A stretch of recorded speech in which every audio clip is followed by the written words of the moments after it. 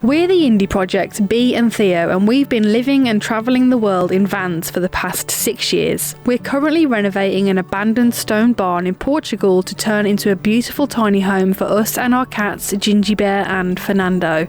Follow our journey from the very beginning as we document the whole process of creating an off-grid home. Good morning everyone, and welcome back to another instalment of our barn conversion series.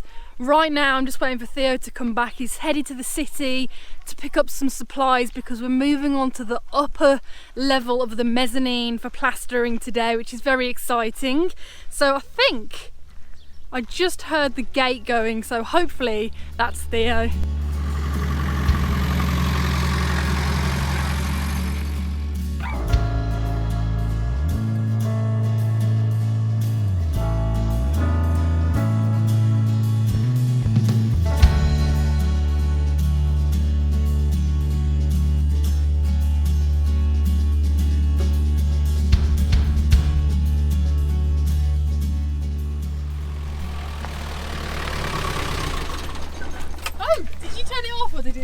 I turned it off.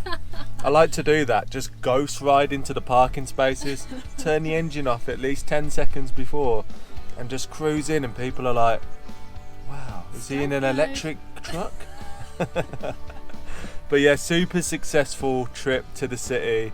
I managed to get everything I needed. I got you some presents. Oh, wicked. Which is good, but really early morning. I'm knackered, but the show must go on.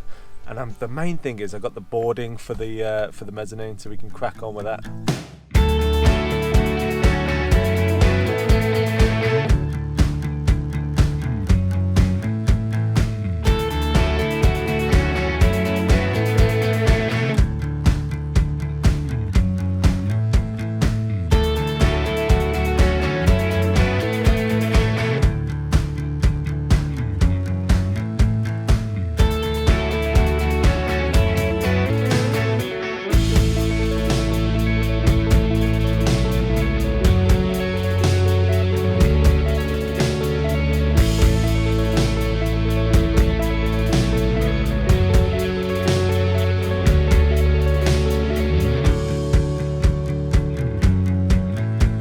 So we've got one board up here already. Theo is just outside cutting the other one to size because it's a little bit too big.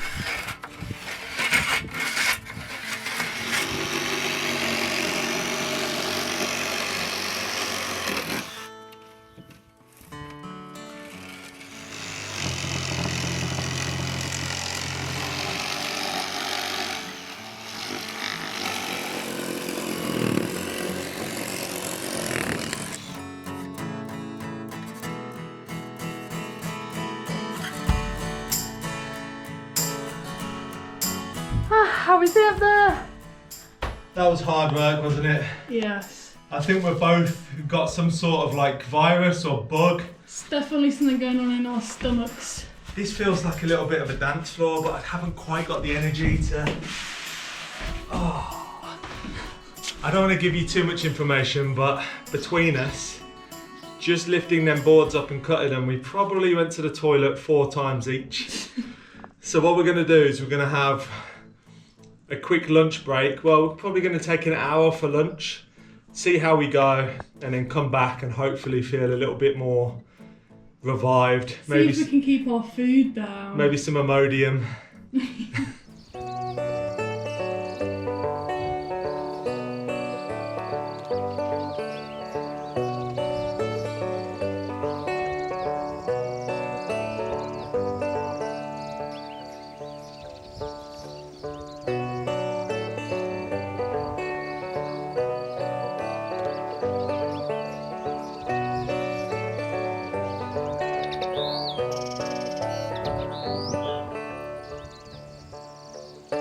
I was going to put my arm on that.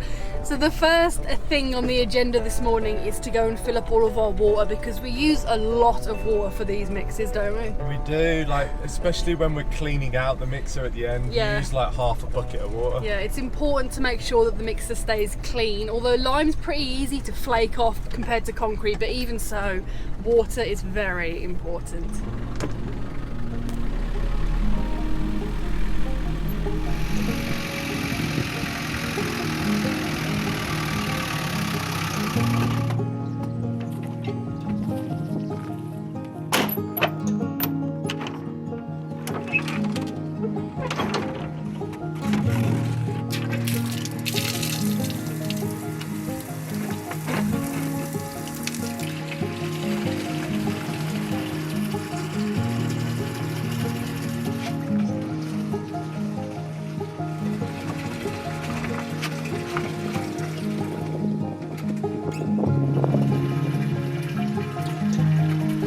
we've had a fair few comments about how dirty our well water is, and you can see what's coming out of the pipe.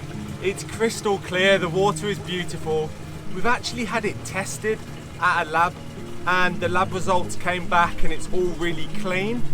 The layer that you see on the surface, the green stuff, that is actually protecting the water from the sun, which keeps it even cleaner. And also, that type of plant only grows where really fresh water is. So luckily we have a really good water source on the land, and that's not our only water source, that's our main well that I call Manuel. But we actually have a spring as well that is running all year round, so we're really lucky on this land to have copious amounts of water even through the summer.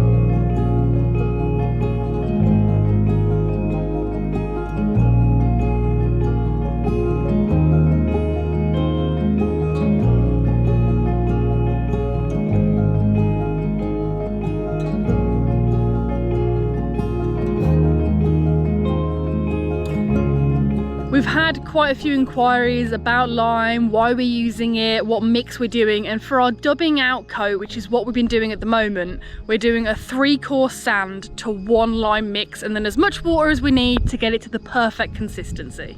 So we're using 2 different types of sand on this project. We've got a sharp sand on the left. You can really tell the difference between that and the finer grain softer sand. The softer sand's more like a yellowy colour, and basically we're going to be using that for all the finishing plaster, something where we want a finer, nicer looking finish. Whereas the sharp sand, we're using that right now for the dubbing coat, the backing coats, because it's got more integrity to it. It's got more, I don't know how you'd explain it, but more fibre, more texture. Fibre, I love that. It just stays together and is stronger. So that is why we're using that for now. And like Bee said, we're using a 3-to-1 sharp sand to 1 lime. And then when we do the second coat, I'll probably do a mix. So I'll use 2 of these sharp sands to 1 of the softer, finer sands, just to give it a little bit of a smoother texture. And then as we go on, we'll get finer and finer for the top coat. So after many hours, which turned into days, which turned into weeks of research about what type of lime we're going to use and what we can actually get our hands on, digging around the local area, going to local cities to ask different builders' yards, in the end, I managed to dig out NHL 3.5, which is perfect for our build. So I'm really happy about that. We did have to order it by the pallet, so I'm going to be selling off some of the ones that we don't actually use. But it's really good stuff. We've been using it so far and it's really nice, really pliable. And I'm going to show you right now how we actually mix it, because we've had a lot of interest from you guys about the actual mix process. You see us mixing every time, every episode, but don't go into detail about how and why we do it this way. Oh, is there a crack in there? It's Furrnando has been pooing left, right and centre in this, and I don't really want to. I can smell that absolutely stinks. There it is. Oh, he's such a gross boy. Disgusting. How much poo are we going to have in the walls? It's going to turn into a cob mix. So basically I like to do my mixes really precise. So I use a bucket, I level each one off.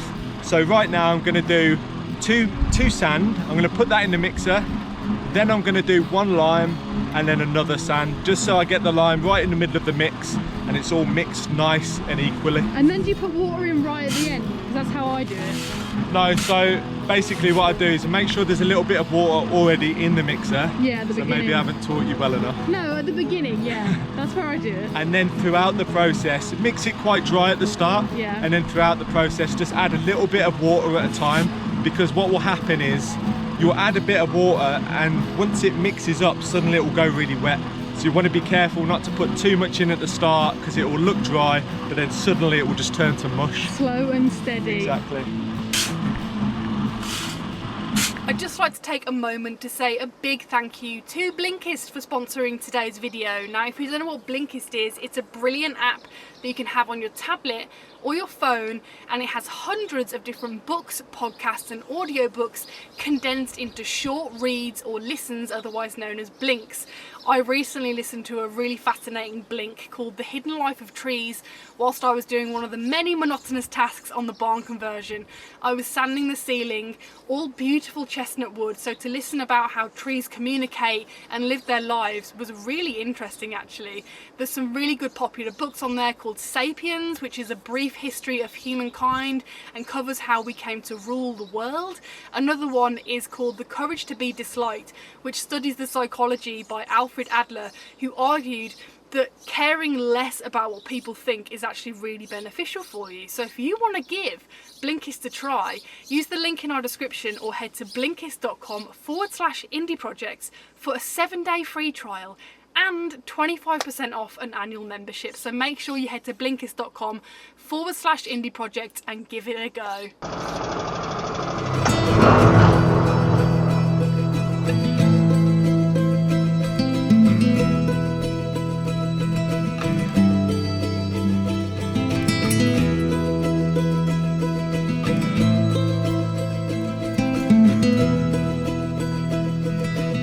So I've got my bag of lime, but lime's not the nicest thing to inhale. It's not very good for you. It's not even very nice to get on your skin. So I wear a mask and yeah, I can breathe freely. But I'm just gonna do 1 bucket of lime, stick it in the mixer, then 1 more sand, and then I can just keep an eye on it. And you have to mix it for quite a while. I usually mix it for about 15 minutes.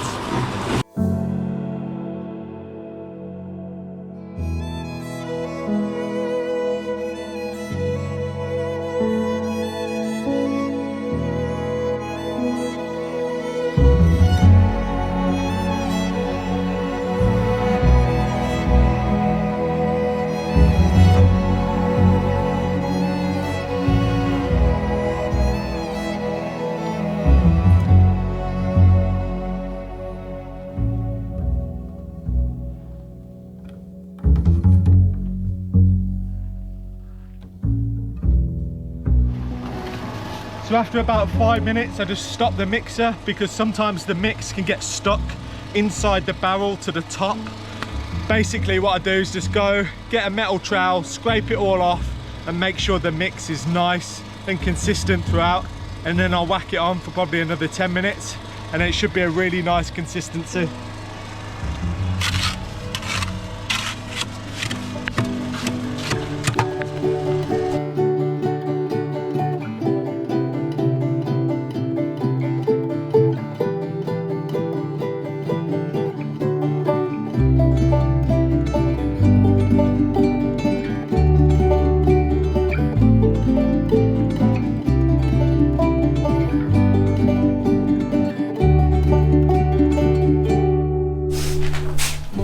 So my mix is done, it's come out really nicely. Basically you just add more water if you want it more loose, more sloppy. So if you were doing it like... Sorry, you can't use the word sloppy. I'm well. If you wanted to spread it up the wall, you want it more sloppy, obviously. But I've got it quite firm because I'm going to be filling holes.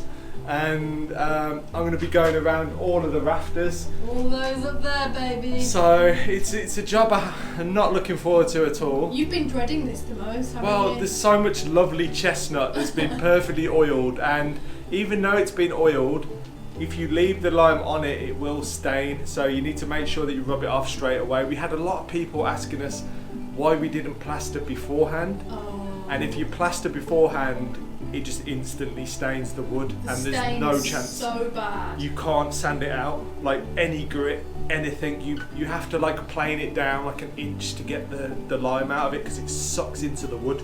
But yeah, I think we're ready to go. What you need to do now is your favourite job of masking off. Yay!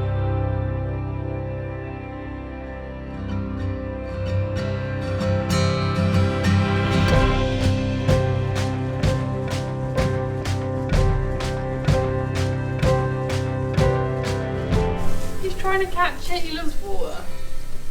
Are you a water baby? Has to be involved, doesn't it? Has to. So we didn't actually film anything yesterday because me and Bee both constantly have to rush to the toilet. We both feel like we're going to throw up, and we actually think it may be the lime.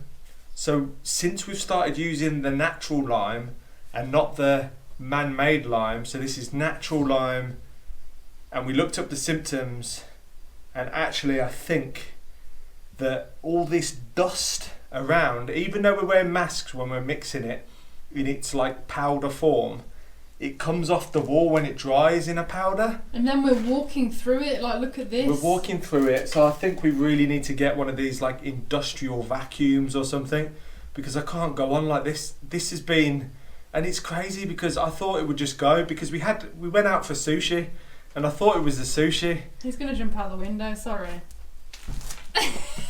Don't even think about it. That's a very high roof, boy. Not even think about it. So I thought it was the sushi because it lined up, but actually the day after we went for sushi, we started using the natural lime. So it makes sense that the lime is causing us to feel like nauseous and just rubbish and like low energy and like I feel like I'm going to collapse constantly. So that's really not good. And I know earlier I was like, wear a mask, but it's 30 degrees today. There's no way that I can wear a mask for 8 hours while I'm doing this lime preparation. It's longer than 8 hours. We're working 9 till 8 every single day. I mean, you can see sweat dripping off me. I couldn't do it. So instead, what we're going to try first, before wearing a mask like all day, every day, is we're going to probably get one of these vacuums and just vacuum everything up. And you can see behind us, this is what we managed to do yesterday. Look at that. So this is called a dubbing out coat. So it looks like a really thin layer of plaster basically. But what we were... He's determined. Furrnando, you're not going out the window. We're saving your life, boy. You're not going out the window. So what we've been doing is basically filling in all of the holes, but trying to kind of level up any inconsistencies as well, so that it's ready for a first backing coat of plaster to go on. So it's exciting times. It looks really different. You can see around the ridge beam. It looks so beautiful. It's really coming together, isn't it? Yeah. But I better get a move on. Yeah. Shut the window so this boy doesn't try and die.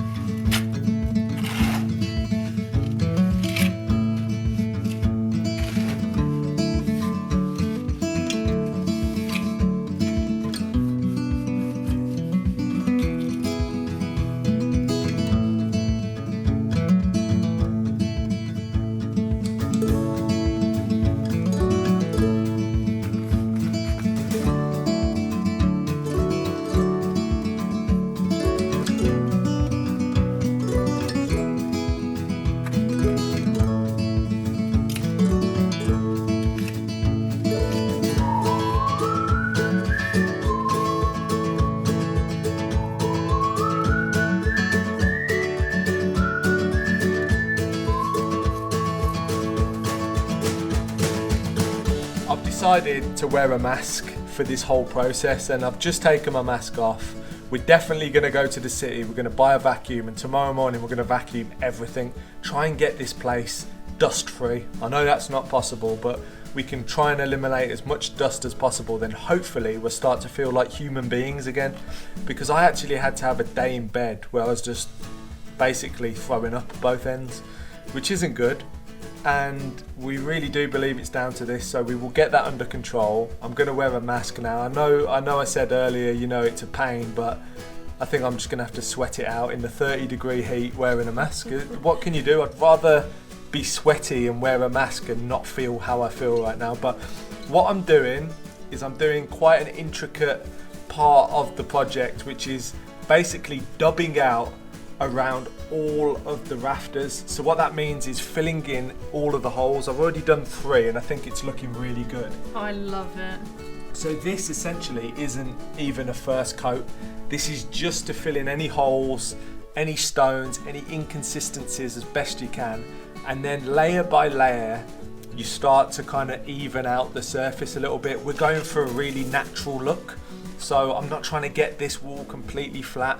I'm happy to go with the flow and follow the stones, but I'm really happy with it.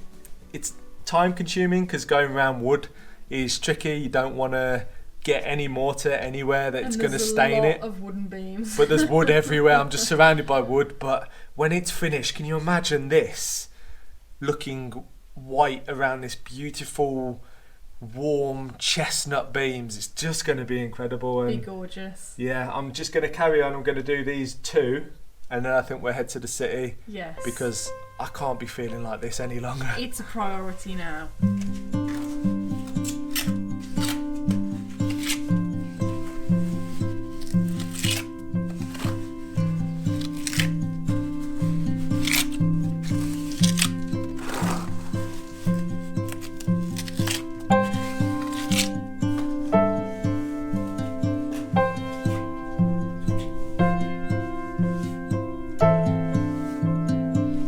Different tools that Theo's been using.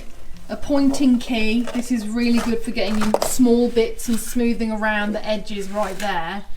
The second one is this pointed trowel that actually came from his granddad. That is one of his favourite tools for using because it's really good at getting in all the small spaces and just very handy, and also a comfortable tool to use. This is a square edge trowel. Big and hefty. I like to use this to get the mortar out of the bucket and onto the hawk. And then this is a wider pointing key that is similar use to that pointing key basically. But these are the main 4 tools, and then obviously forgot about the main one.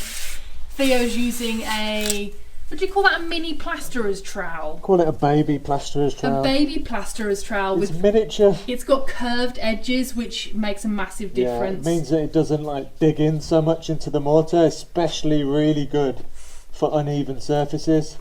And all of these tools have their place. I use them constantly. I'm swapping between each one. Yeah, as you can see, like, look at all of them. We do clean these at the end of every day, but every single one has got mortar on it and is very well used.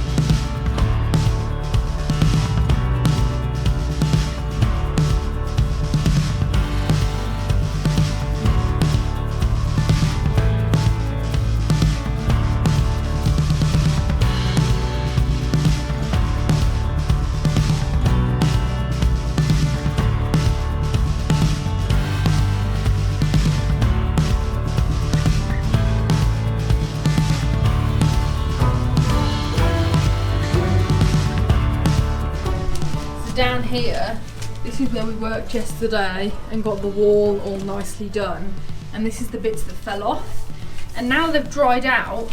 As we walk over them, they're just distributing everywhere throughout the air, so this is what we need to hoover tomorrow, and then more further down there as well, because it is just, as you can see, dust city.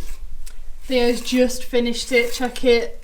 Oh yeah, and it was actually perfect because we just ran out of mix, and right now he's doing the final part of this layer, which is scratching it so that the next layer can adhere nicely to it. So yeah, you tried to buy a scratcher. They don't exist here. No, we've not been able to find a scratcher anywhere, so we're gonna have to order one online because this is quite, I don't know, it's not ideal. So we're on the hunt for a scratcher. We thought about making one out of coat hangers, but let's be realistic, it'll probably just break, so. And once this is done, once it's finished scratching, we're going to go and get that hoover because we need to clean in here. So we've had a lot of people actually ask about the roughness of the plaster. This isn't the finished coat. There'll be plenty of coats going on, maybe 3 to 4 coats. So this is literally not even a coat. So there'll be another 3 coats over this for sure, maybe even 4. And it kind of gets smoother and smoother as you go, but you scratch it off just so the next layer has some kind of grooves and some roughness to adhere to. I mean, the plaster's pretty rough anyway because we used a coarse sand. That's another reason for using a coarse sand. But yeah, it's looking good. It is. Happy.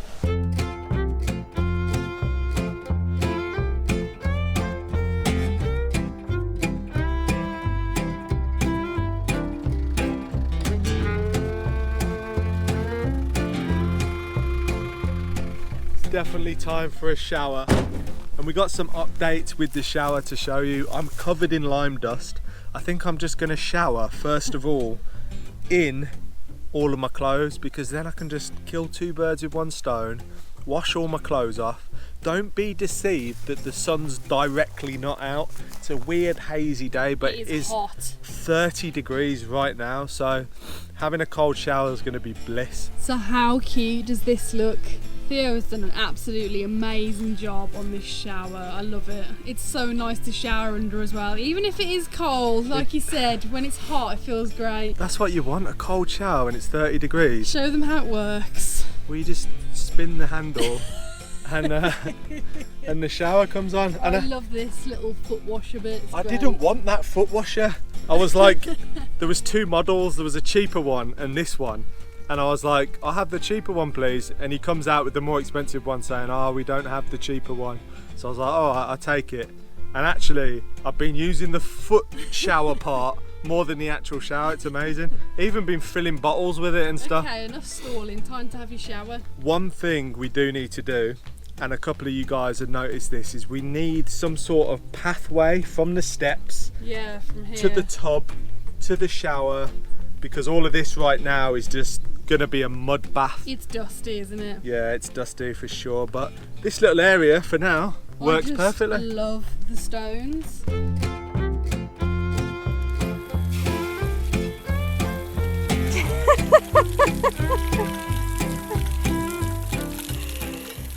It's shooting off your cat. You need to get more water on you to get the lime out. It's literally just stopped my face from getting wet. It's brilliant. You need to get the lime out. Oh, it's gone cold now. Right, that's done. I'm getting naked. Oh, okay. Time to turn the camera on.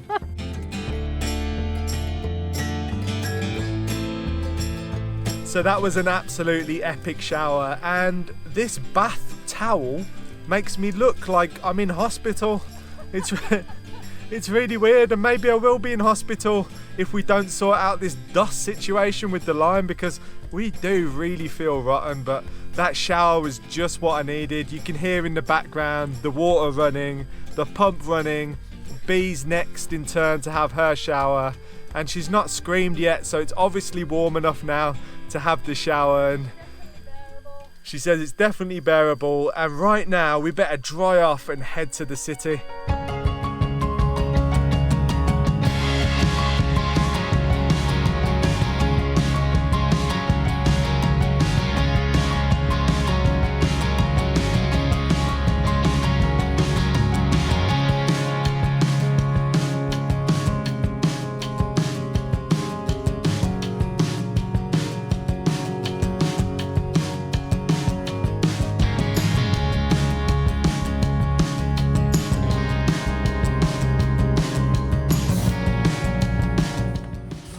Ah, perfect. Something like this will do, isn't it? What size is that? 30 litres? 30 litres, €89. And it's on wheels. It's not bad. Push it around. Do they have any in stock? That's always the problem. Is that the right one there? That one, yeah. Are you sure? Yeah. Wicked. Let's grab it then.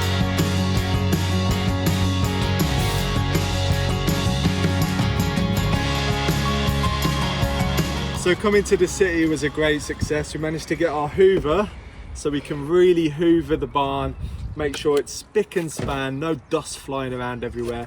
And for what dust is flying around, we brought some new masks.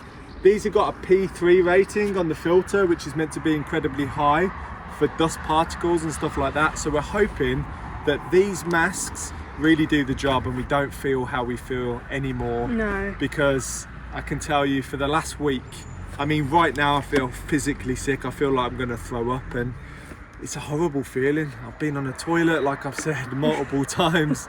Like it's just ridiculous. It's not been fun. I know I'm laughing, but I feel wiped out, I feel drained.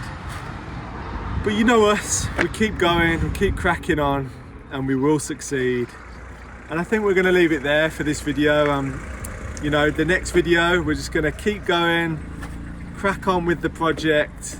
And I just can't wait, like it's looking so good. And now we've got our special masks. Our other ones are A1, which apparently is still good for vapours, but not dust. So these. We're onto a winner here, I think. But yeah, I'm quite excited to use a Hoover. It's a bit weird. Wow, you're definitely doing the hoovering then.